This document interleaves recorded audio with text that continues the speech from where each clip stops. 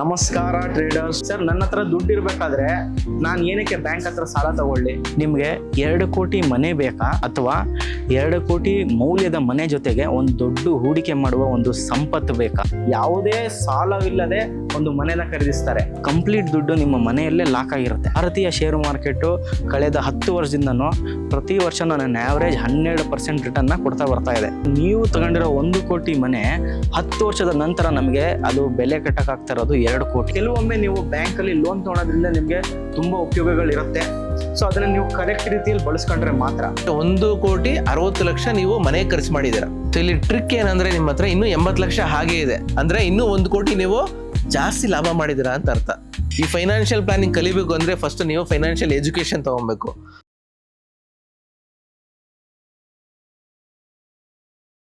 ನಮಸ್ಕಾರ ಟ್ರೇಡರ್ಸ್, ನಾನು ನಿಮ್ಮ Suraj Mahesh, cofounder of traders Gurukul center ಹಾಗೂ ಒಬ್ಬ NISM certified research analyst and equity and derivative analyst.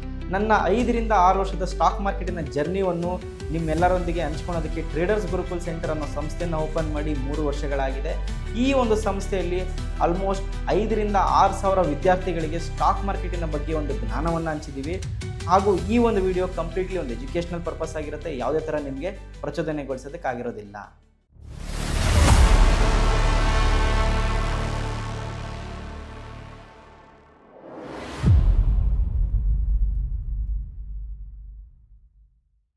ನಮಸ್ಕಾರ ಟ್ರೇಡರ್ಸ್, ಮತ್ತೊಂದು ವಿಡಿಯೋಗೆ ಪ್ರತಿಯೊಬ್ಬರಿಗೂ ಸ್ವಾಗತ. ಒಂದು ಕ್ಷಣ ಊಹೆ ಮಾಡಿ, ನಿಮ್ಮ ಬ್ಯಾಂಕ್ ಅಕೌಂಟಲ್ಲಿ ನಿಮ್ಮ ಹತ್ರ 1 ಕೋಟಿ ದುಡ್ಡಿದೆ. ನೀವು ಒಂದು ಮನೆ ಖರೀದಿಸಲು ಹೋಗ್ತಾ ಇದ್ದೀರಾ.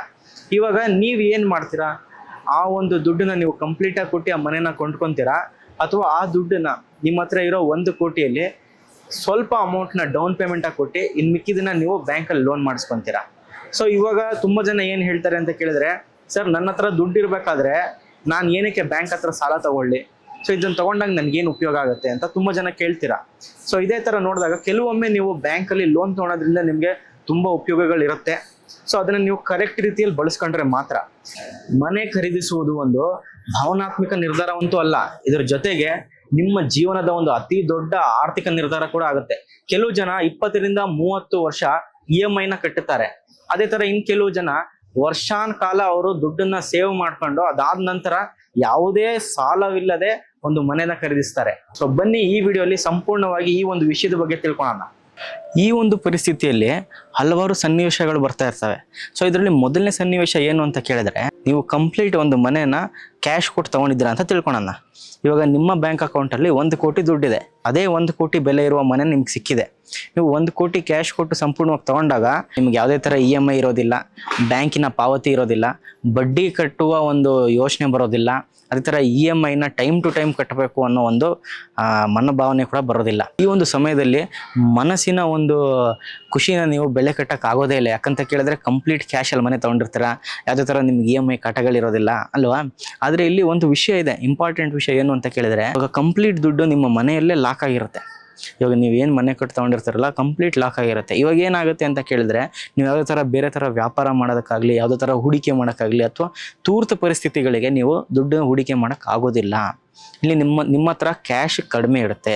ಸೊ ಈ ಒಂದು ಸಮಸ್ಯೆ ಆಗುತ್ತೆ. ಇವಾಗ ಅದೇ ಥರ ಒಂದು ಲೆಕ್ಕ ನೋಡೋಣ ಬನ್ನಿ. ಇದನ್ನು ನೀವು ನೋಡಿದಾಗ ನೀವು ಅರ್ಥ ಮಾಡ್ಕೋಬೋದು. ಇವಾಗ ಅದೇ 1 ಕೋಟಿ ರೂಪಾಯಿ ನೀವು ಮ್ಯೂಚುವಲ್ ಫಂಡು ಅಥವಾ ಶೇರ್ ಮಾರ್ಕೆಟಲ್ಲಿ ನೀವು ಹೂಡಿಕೆ ಮಾಡಿದರೆ, ಸರಾಸರಿ ನಮ್ಮ ಭಾರತೀಯ ಶೇರು ಮಾರ್ಕೆಟು ಕಳೆದ 10 ವರ್ಷದಿಂದನೂ ಪ್ರತಿ ವರ್ಷ ನನ್ನ ಆ್ಯಾವ್ರೇಜ್ 12% ರಿಟರ್ನ್ನ ಕೊಡ್ತಾ ಬರ್ತಾ ಇದೆ. ಸೊ ಇದನ್ನೇ ನಾವು ಅನಲೈಸ್ ಮಾಡಿದ್ರೆ, ನೀವು ಕಂಪ್ಲೀಟಾಗಿ ನಿಮ್ಮ 1 ಕೋಟಿ ದುಡ್ಡನ್ನ ಮನೆಗೆ ಹಾಕೋ ಬದಲು ಅಲ್ಲಿ ಡೌನ್ ಪೇಮೆಂಟ್ ಮಾಡಿ ಬ್ಯಾಂಕಲ್ಲಿ EMI ತೊಗೊಂಡಿದ್ದರೆ ಇಲ್ಲಿ ನಿಮ್ಗೆ ಏನೇನು ಥರ ಬೆನಿಫಿಟ್ ಸಿಗ್ತಾ ಇತ್ತು ಅಂತ ಕೇಳಿದ್ರೆ, ನಮ್ಗೆ ಗೊತ್ತು ಶೇರ್ ಮಾರ್ಕೆಟ್ 12% ರಿಟರ್ನ್ನ ಕೊಡ್ತಾ ಇದೆ ಪ್ರತಿ ವರ್ಷನೂ ಅಂತ ಅಂದ್ಬಿಟ್ಟು. ಇಲ್ಲಿ ಆನ್ ಆನ್ ಆ್ಯಾವ್ರೇಜ್ ನೋಡಿದಾಗ ನೀವು ತಗೊಂಡಿರೋ 1 ಕೋಟಿ ಮನೆ 10 ವರ್ಷದ ನಂತರ ನಮಗೆ ಅದು ಬೆಲೆ ಕಟ್ಟಕ್ಕಾಗ್ತಾ ಇರೋದು 2 ಕೋಟಿ. ಅಂದರೆ ನನಗೆ ಇಲ್ಲಿ 1 ಕೋಟಿ ನಾನು ಹಾಕಿರೋ ಅಸಲಿಗಿಂತಲೂ ನನಗೆ ಜಾಸ್ತಿ ಲಾಭ ಬರ್ತಾ ಇದೆ. ಇಲ್ಲಿ ಒಂದು ಮೇಜರ್ ಪ್ರಶ್ನೆ ಏನು ಬರುತ್ತೆ ಅಂತ ಕೇಳಿದ್ರೆ, ನಿಮಗೆ 2 ಕೋಟಿ ಮನೆ ಬೇಕಾ ಅಥವಾ 2 ಕೋಟಿ ಮೌಲ್ಯದ ಮನೆ ಜೊತೆಗೆ ಒಂದು ದೊಡ್ಡ ಹೂಡಿಕೆ ಮಾಡುವ ಒಂದು ಸಂಪತ್ತು ಬೇಕಾ ಅಂತ ಅಂದ್ಬಿಟ್ಟು. ಸೊ ಇಲ್ಲಿ ನಿಜವಾದ ಆಟ ಶುರು ಆಗುತ್ತದೆ. ಬನ್ನಿ ಇದನ್ನ ಮುಂದಿನ ಸನ್ನಿವೇಶಗಳನ್ನ ಕಲ್ತ್ಕೊಳ್ಳೋಣ ನಮ್ಮ ನವೀನ್ ಕುಮಾರ್ ಸರ್ ಜೊತೆಗೆ. ಸೊ ಈಗ ಸೂರಜ್ ಅವರು ನಿಮ್ಗೆ ಸನ್ನಿವೇಶ 1 ಹೇಳ್ಕೊಟ್ರು, ಈಗ ಸನ್ನಿವೇಶ 2 ಯಾವ ತರ ಇರುತ್ತೆ ಅಂತ ನೋಡೋಣ. ನಿಮ್ಮ ಹತ್ರ 1 ಕೋಟಿ ಹಣ ಇದೆ.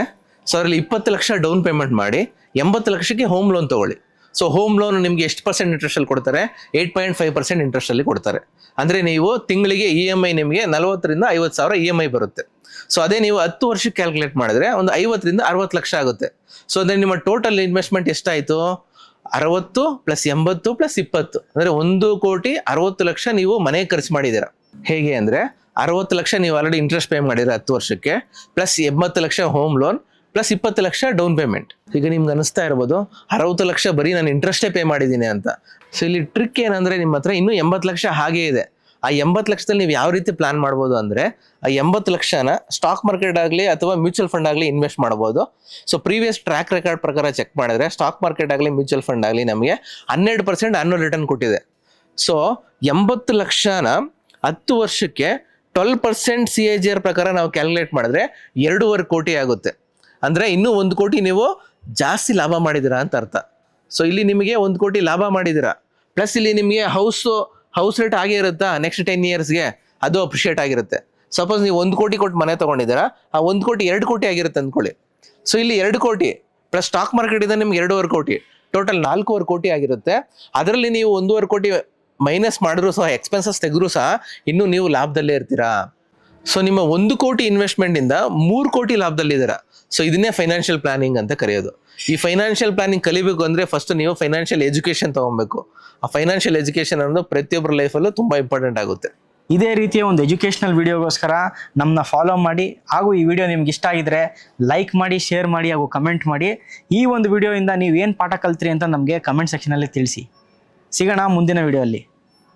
ನಮಸ್ಕಾರ ಟ್ರೇಡರ್ಸ್, ನೀವು ಕೂಡ ನಿಮ್ಮ ಯಶಸ್ಸಿನ ಜರ್ನಿ ಶುರು ಮಾಡಬೇಕು ಅಂದರೆ ಹಿಂದೆ ಟ್ರೇಡರ್ಸ್ ಗುರುಕುಲ್ ಸೆಂಟರ್ನ ವಿಸಿಟ್ ಮಾಡಿ.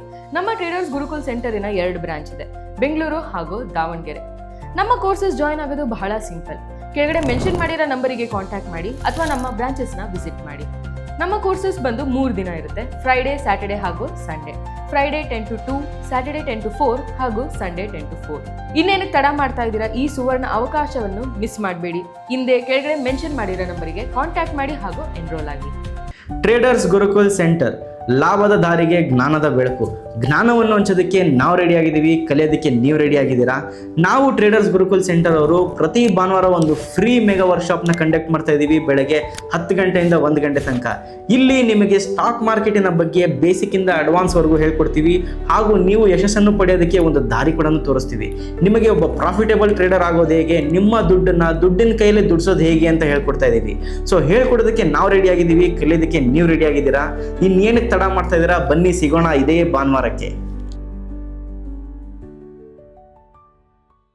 ಇನ್ನೂ ಸ್ಟಾಕ್ ಮಾರ್ಕೆಟ್ನ ಕಂಡ್ರೆ ನಿಮಗೆ ಗೊಂದಲಗಳಿದೆಯಾ?